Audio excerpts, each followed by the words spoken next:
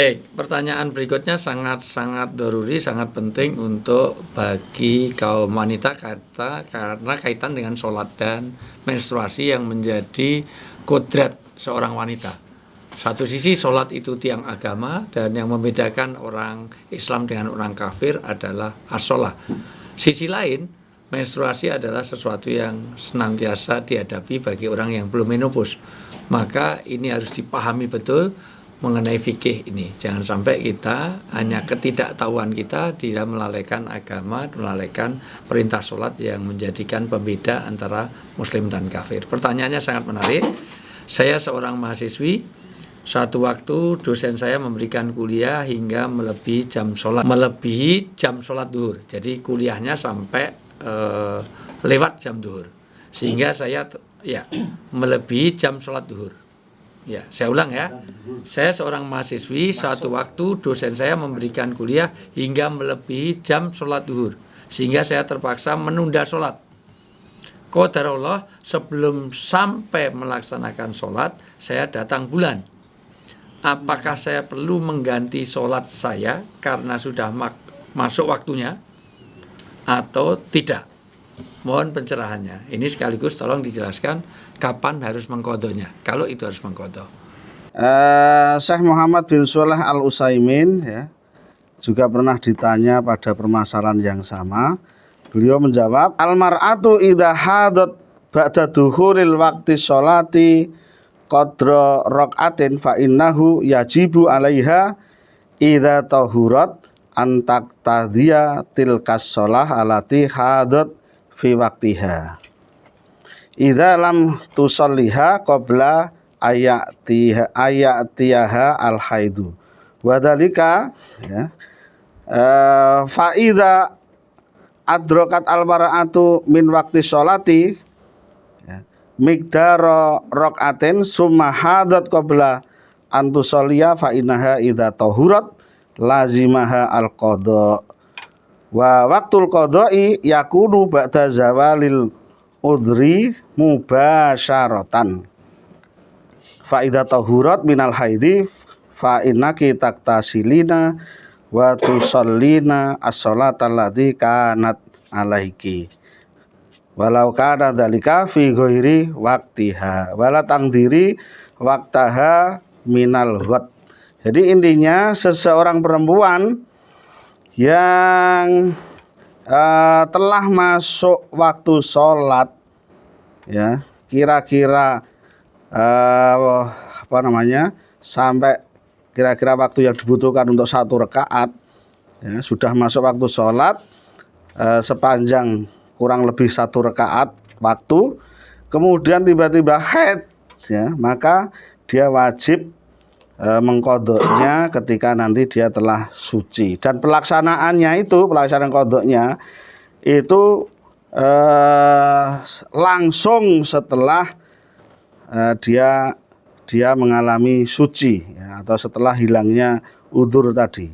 Jadi tidak harus menunggu waktu sholat yang ditinggalkan, tapi begitu dia selesai haid ya, dia harus segera mandi, kemudian segera mengqadho sholat tersebut. Sholat untuk yang punya hak dulu apa mengqadho dulu? Sholat qadho dulu. Qadho dulu. Jadi tidak misalnya harus dia menunggu bersihnya waktu, di isya yang ditinggalkan duhur, maka dia duhur dulu. Ya, yang dia qadho dulu. Jadi dia duhur dulu waktu isya, ya, kemudian isya untuk memenuhi yang punya waktu. Ya, begitu Ustaz? Begitu. Mubasyaratan. Ya. Ba'da zawalil udhri. Minhum man qala taqtadi wa minhum man qala la taqtadi. Ya, ada yang mengatakan harus wajib qadha, ada yang tidak. Karena memang masalah ini dibangun di atas kaidah halil amru yaqtadil faur atau tarahi. Yang mengatakan al amru yaqtadil faur wajib qadha sebagaimana yang disampaikan Ustaz Parman. Tapi yang mengatakan al amru yaqtadil tarahi boleh saja karena dia berada di waktu sa'ah, al-amru fi sa'ah, pada waktu yang memang itu masa waktunya, tidak dianggap dia meninggalkan kewajiban karena masih pada konteks waktunya. Dia belum keluar dari waktu duhur, kecuali kalau keluar waktu duhur sepakat. Penjelasan Ya. for dan tarohinya, Ustaz. Hah? Penjelasan for dan tarohinya mungkin banyak yang belum paham. Penjelasan for dan tarohi diterjemahkan Oh, for dan tarohi. al-amru yaqtadil fawr itu maksudnya perintah itu harus segera dilakukan segera. Sehingga ketika dia tidak menyegerakan perintah, maka dia dihukumi meninggalkan kewajiban. Kalau al-amru yaqtadi tarohi, itu perintah itu boleh dilakukan berdasarkan batas waktunya. Kalau duhur jam 12 sampai jam 3, boleh duhur jam 12, boleh jam 2, boleh setengah 3.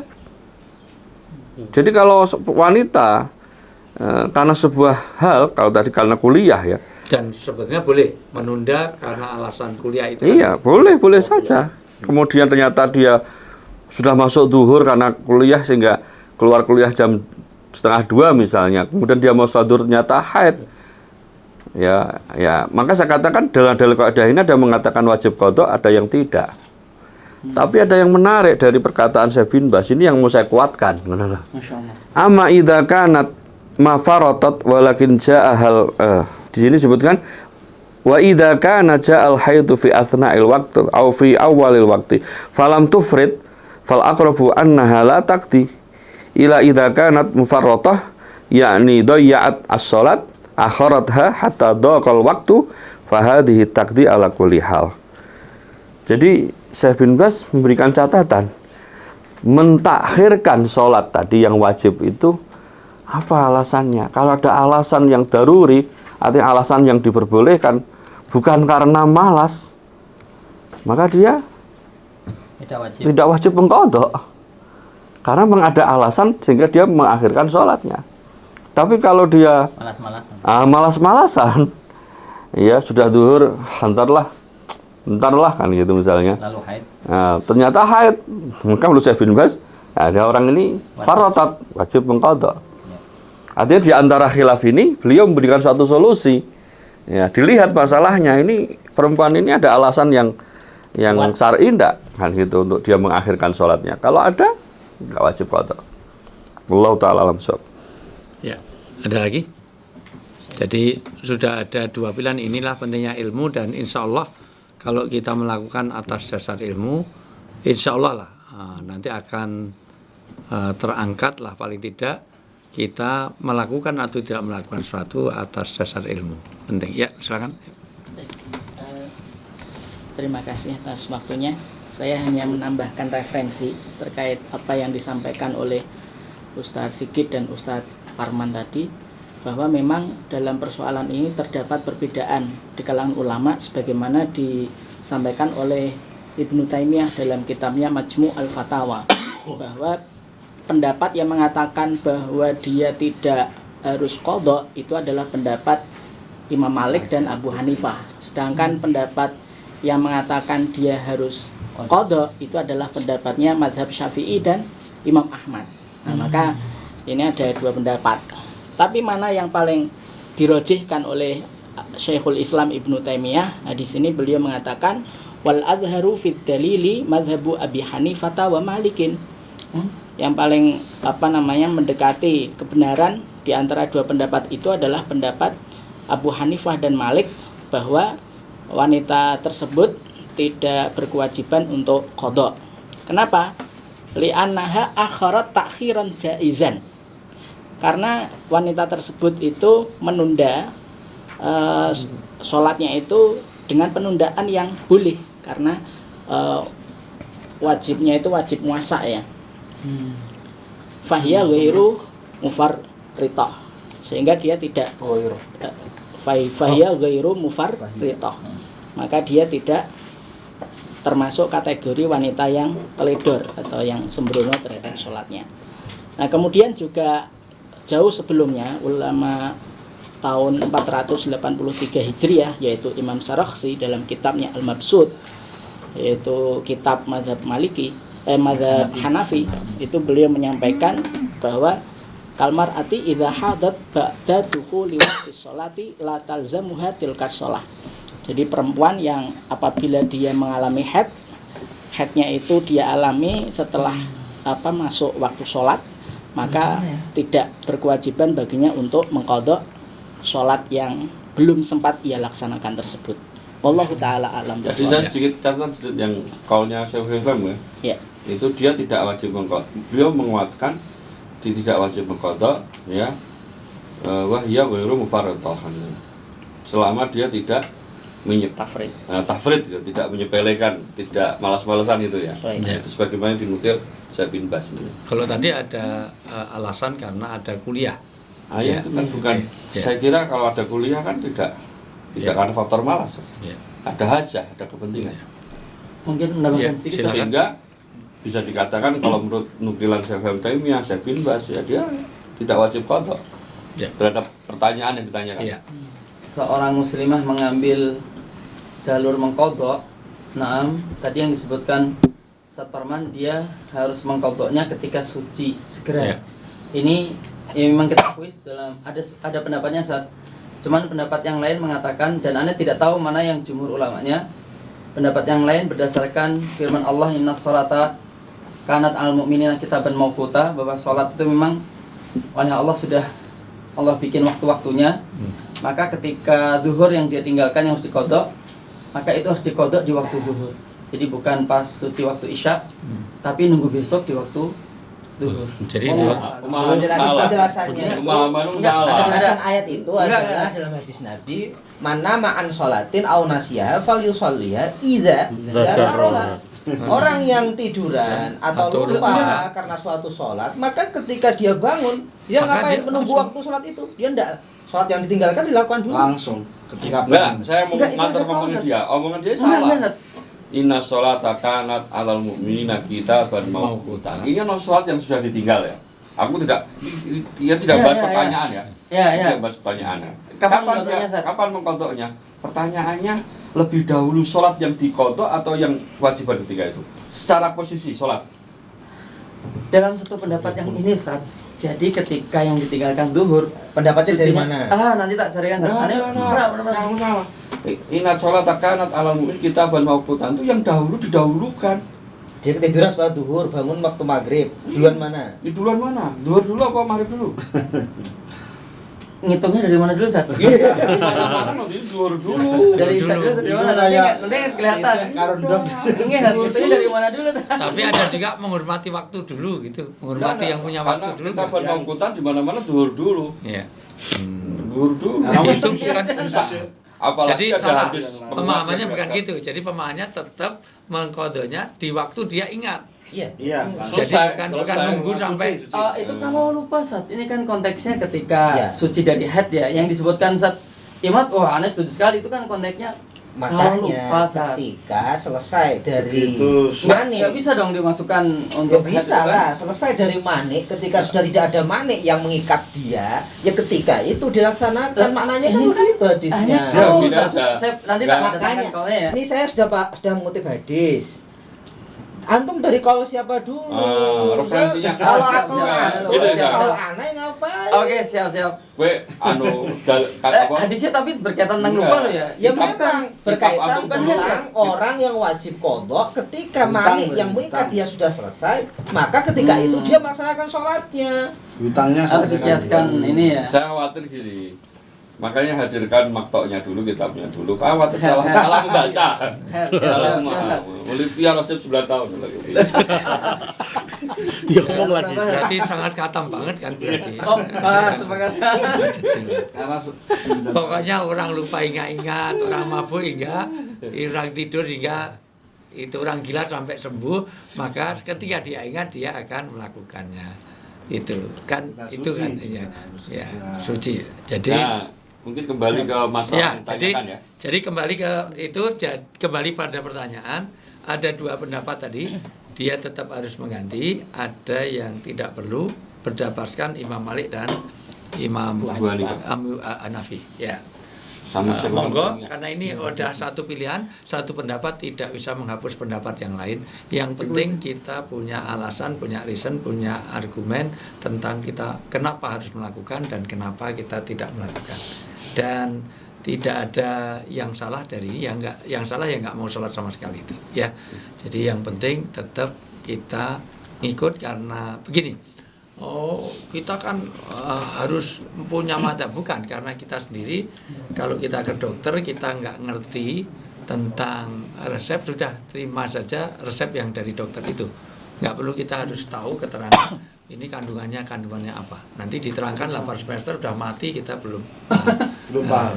Bukan 8 semester, 9 tahun. Iya, sebentar ya. Jadi dari sisi ini sekali lagi pendapat sudah diterapkan, mengqadha bagi pendapat Imam Syafi'i dan tidak perlu mengqadha karena dia ada ya tadi halangan yang seharusnya dia mau melakukan, bukan karena menyepelekan, tapi karena ada halangan.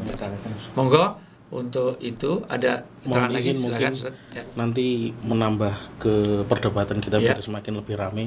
Ya. Mungkin saya melihat dari sudut pandang ini adalah sebuah khilafiyah yang muktabaroh. Sebuah khilafiyah yang muktabaroh, jadi khilaf yang memang diakui oleh di kalangan ulama.